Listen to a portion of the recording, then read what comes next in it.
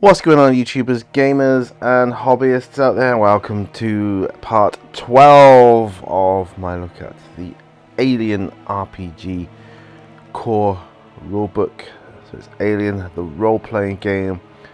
It's one of the best RPG things I've seen in the last sort of 12 months. And yeah, we're nearly at the end of it, going through it here. We're on section 12. Which is campaign play. Now, of course, we start with the quote from the movie, or one of the movies. It says, folks, we've scored big this time. What is it, Dad? I'm not sure. See if we can't get a closer look at this thing.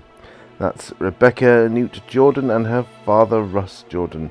And I'm not sure what movie that one was from, but yeah, it might have even been in the extras. I'm not sure of the Aliens, the second movie, but campaign play is where it's at, and it's a big, huge section. So what do the player characters do? Where do they go? What is out there? This chapter provides the tools to help a GM develop a framework for creating a campaign, as well as colony worlds and other adventure destinations. It also provides random tables, these are always good, that are bursting with ideas for missions, complications, encounters, and so on, whether you are space truckers, colonial marines, or frontier colonists. Bear in mind that random rolls are an aid to imagination, and that GMs can always simply pick an entry from one of the tables if it looks suitable or it holds some promise. Don't be a slave to the dice, although I think that's fun when you're playing solo. Often a set of random rolls will throw up interesting and unusual ideas for scenarios or locations that you may never have thought of otherwise, but always remember that results can be changed or ignored. So yeah, so that's just giving you a little brief overview of what this section is about. It talks about the campaign framework. Before you set out to play a full campaign in the Alien role-playing game, you need to decide which campaign framework to play, who the characters are, and what role they have in the Alien universe. This is something we recommend you do together with the players, as you will have more fun if everyone is involved in creating the game. 3 suggested campaign frameworks: space truckers, colonial marines, and frontier colonists, are described below. Later in this chapter, you'll find mission generators for each of them. In the future, Free League Publishing will release a series of campaign modules that delve deeper into each of the 3 frameworks above, but the information in this chapter is enough to get you started on a full campaign in the Alien role-playing game. So it goes through obviously the 3, space truckers. So it talks about that. That could be an interesting one to do. Space truckers, you don't give a damn about the colonies. You've got bills to pay, and the easy money is in hauling cargo and refineries from the outer rim to the cargo wells and blah blah blah. It talks about the job, gives you the weekly salary. Of course, the weekly salaries they're not very good in this universe. Of course. It goes on to colonial marines. Their salary is not much more than the space truckers, but it's slightly more. But yeah, colonial marines. Space sucks, and war in space sucks more. Any shipboard firefight is like to end with someone blown out into space. Your superiors don't give a damn about whatever shitstorm they drop you into. They just sit back and decide who lives and dies from afar. All that, plus you and your buddies are always the ones tasked with cleaning up some politician or CEO's mess, usually by way of a bug hunt, bullets and blood. Peace through superior firepower is your way of life. Thing is, you are good at it, and in fact, sometimes you actually enjoy it. So good. Then it goes on about that. Frontier colonists, even they are slightly higher paid than the space truckers. No wonder the truckers don't like him. Life off the old world colonies is an adventure, they said. Start a new life with the prospect of untold riches, they said. What they didn't say was that colony worlds are tough and unforgiving, and while opportunities for making a fortune do exist, it always seems to happen to the other guy.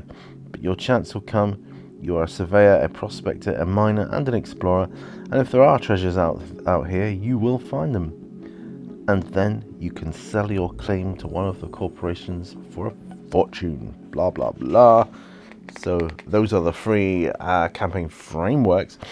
Okay, next.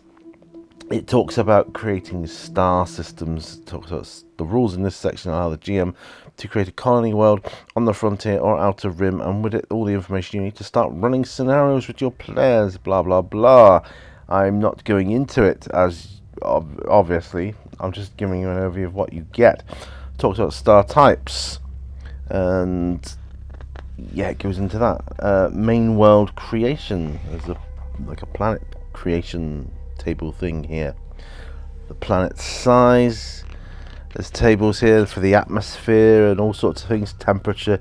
Goodness knows what else. Geosphere table. Planetary terrain table. It's all here. How to create worlds. So you could literally pick an unknown planet, come across it or whatever, wake up next to it, go down, explore it, where you roll the planet on a random way, and its size, whether it's or in the scenario hooks here as well. There's some really good ones here. Got a D66 table for the scenario hooks. Yeah, so it's all here. The job generators as well. All sorts of good stuff. Cargo runs, employers, destinations, goods, complications. These are tables, by the way. Military missions. So this is a key section in this book. Complications, objectives. These are the things you need for solo role playing as well as conventional role playing. I mean, I don't think for 1 minute when they created this they were thinking solo is going to become as popular as it now has. What with life things happening the way they have. So you got more missions, you got expeditions, but it's really, really good. Plot twists. Here we go. Plot twists. Roll a d60. Let's pick a number off the top of our head. I don't know. 76. Let's have a look on here. Oh no, doesn't. It's a d66 table. Right, we'll try again. 24. 24. If you roll 24, sabotage. A serious malfunction or crisis, fire, etc. quickly turns out to be sabotage. But who is a saboteur? See now there, right there, instantly you've got a twist in your story and intrigue and action. It's just brilliant. So you got star system encounters, you got ship reactions, you got planetary encounters, you've got non-player characters here. Now this is a good section, really good section. I'll just read this little blurb here. Non-player characters. Okay, it says the universe is populated by people other than the player characters, from forklift drivers to paramedics, Marines on leave to starport officials, and everyone in between. GMs can pick one of the following: NPCs and drop them into a scenario or as an encounter, but might instead want to build a scenario around the NPC, using the figure as a kind of patron who hires the player characters to help achieve some goal or other. So that's where your missions and scenarios come into play. Oh, and we've got some really cool NPCs here, from androids through to colonial marines and managers, cultists, killers, corporate executives, medical doctors, salvage experts, mining people, scientists and pilots. It's all there. It's all there. Then it talks about the Gorod station. Now this is part of the campaign or the game, a campaign setting that the book gives you here. Gorod station, ICC registration, blah blah blah, is a 10,000 ton transfer station that orbits the star Alpha Fornacis. Around 140 to 150 personnel crew this lonely interstellar outpost, which serves as a way station for long-distance freighters and survey ships, as well as supporting in-system mining operations. The star system is dominated by a debris disk made up of millions of mineral-rich asteroids and planetoids. Scattered mining outposts search for deposits of tungsten and trimonite. Novgorod is typical of the small station's designs currently available, perfectly suited to low traffic regions and cheap to tow in and out again as the situation demands. Novgorod is very similar to dozens of other Seegson stations established along the frontier, and it serves as a useful model for other small space stations.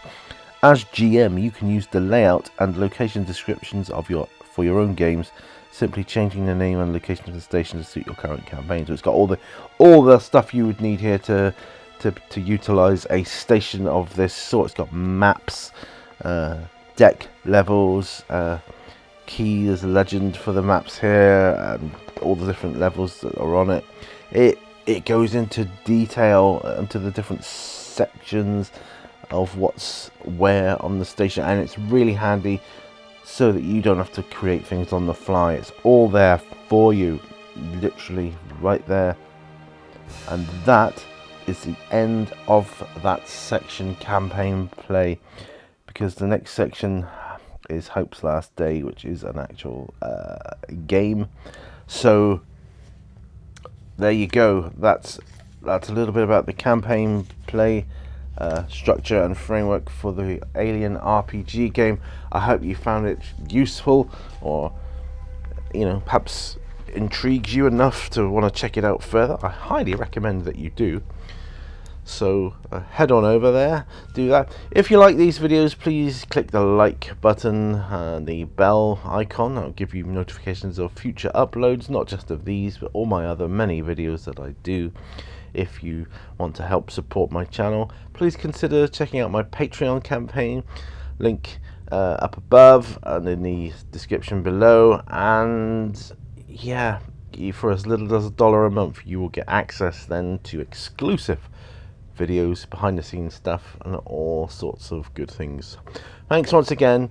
Thank you for watching. Remember, all brushes Latour, and I'll see you guys on the next video. Bye for now. Bye bye.